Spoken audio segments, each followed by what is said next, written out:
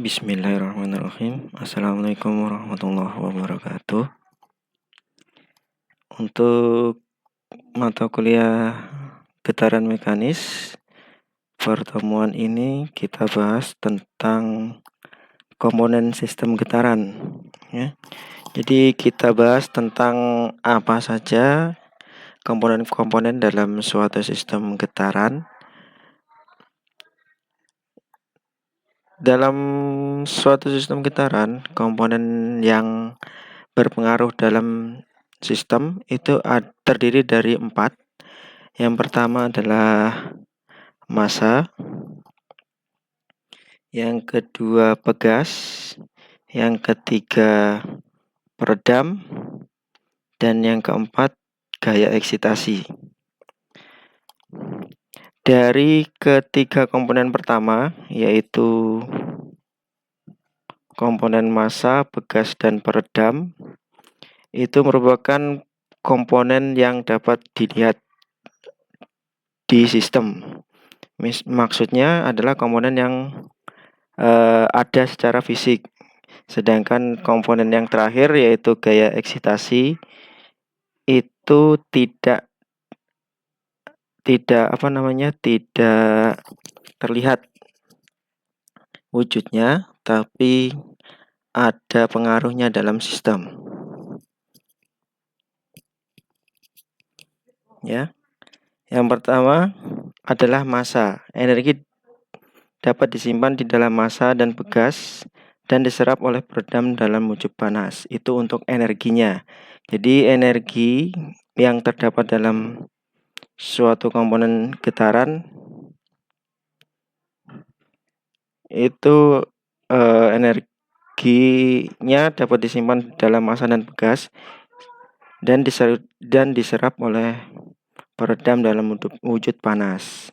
Energi masuk ke dalam sistem melalui penerapan gaya eksitasi yang dikenakan pada massa yang ada pada sistem.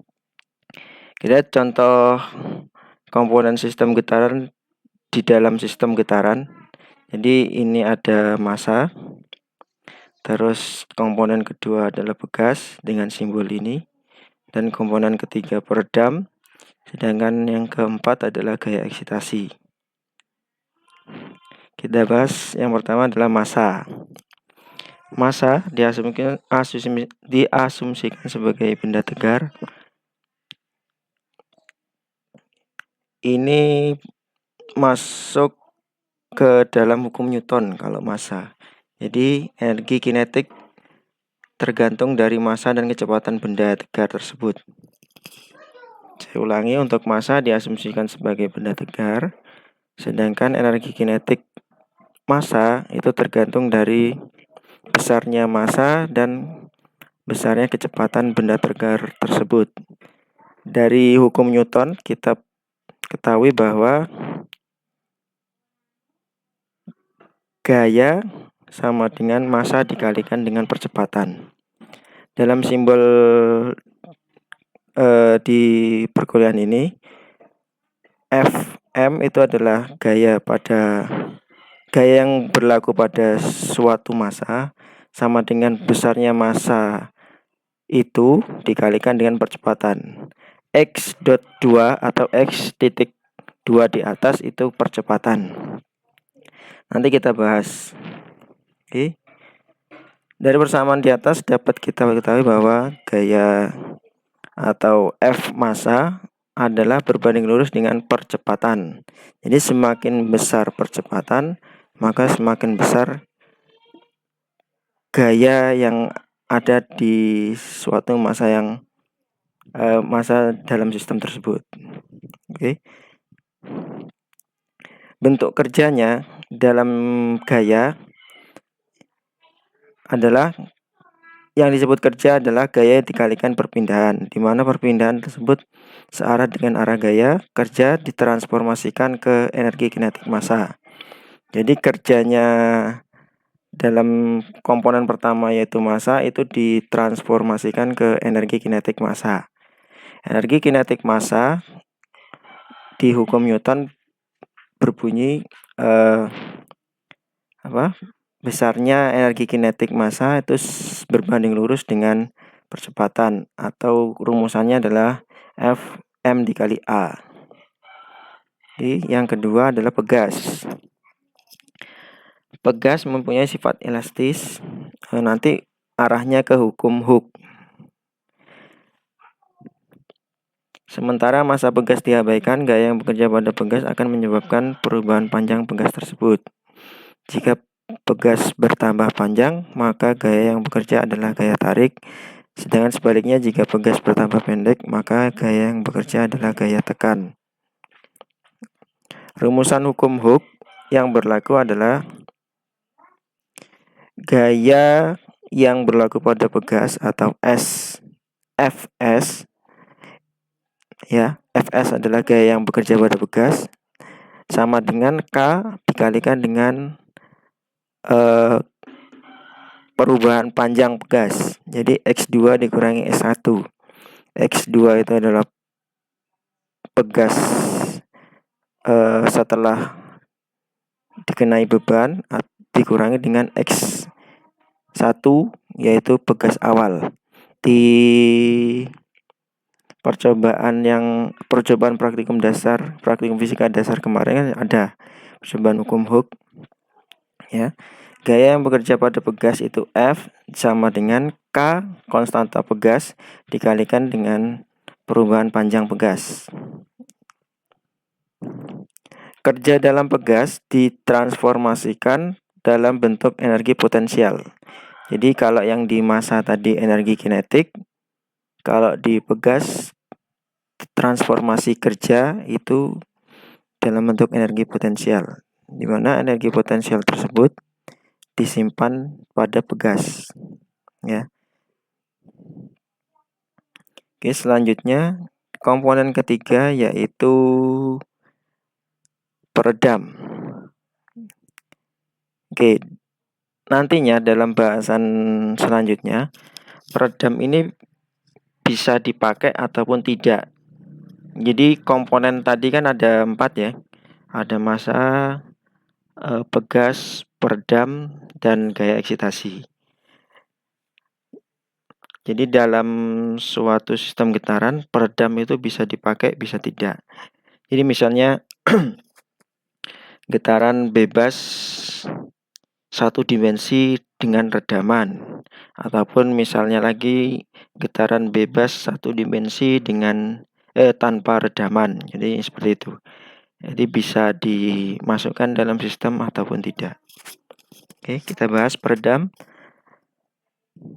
Peredam simbolnya adalah C, tidak memiliki massa atau elastisitas. Gaya redaman akan muncul jika ada kecepatan relatif antara kedua ujung peredam. Kerja atau energi yang masuk akan dikonversikan dalam bentuk panas. Gaya redam sebanding dengan kecepatan relatif kedua ujung peredam.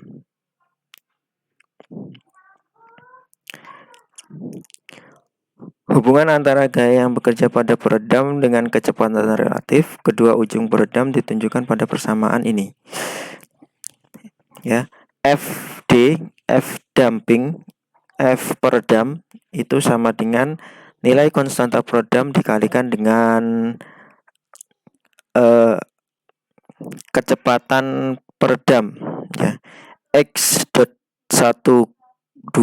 dikurang X.11, ya. Ini X ada titik di atas namanya X.12 dikurangi dengan X.11, ya. X.1 itu adalah kecepatan. Jadi nanti simbol-simbol dalam persamaan yang akan kita bahas selama perkuliahan itu kita ganti ya.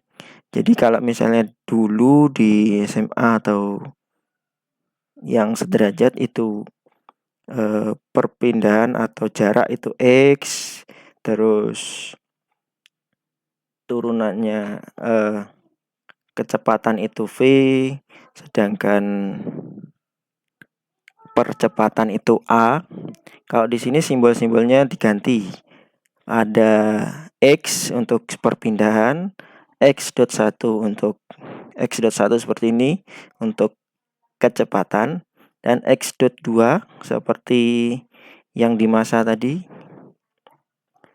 X.2 ini ya, itu adalah percepatan.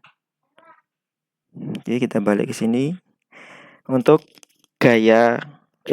untuk peredam, gaya yang berlaku pada sistem dari komponen ketiga yaitu peredam adalah C dikalikan dengan perubahan kecepatan dari peredam tersebut. Ya. Jadi FD atau gaya yang bekerja pada peredam itu sama dengan konstanta peredam dikalikan dengan perubahan kecepatannya. Ya, jadi ada 3 gaya yang ada dalam setiap komponen getaran. Yang pertama kita balik lagi, untuk massa itu gayanya berlaku hukum Newton, yaitu gaya massa sama dengan perkalian besar massanya dikalikan dengan percepatannya. Terus yang kedua ada gaya pada pegas itu sama dengan konstanta pegas dikalikan dengan perubahan jaraknya X2 dikurangi X1. Persamaan ketiga yaitu pada peredam. Peredam F pada peredam sama dengan konstanta peredam dikalikan dengan perubahan kecepatan peredam. Oke, ada 3 di sini ya. Ada 3 gaya yang berlaku pada semua komponen. Yang pertama adalah komponen massa, tadi F sama dengan M kali A. Komponen pegas yaitu F sama dengan K dikalikan dengan delta X atau perubahan jaraknya. Sedangkan yang terakhir kita bahas ini adalah gaya pada peredam. F sama dengan konstanta peredam atau C dikalikan dengan perubahan kecepatannya. Oke. Komponen terakhir tadi kan sudah saya bahas di awal, untuk 3 komponen teratas yaitu massa, pegas, dan peredam itu wujudnya nyata.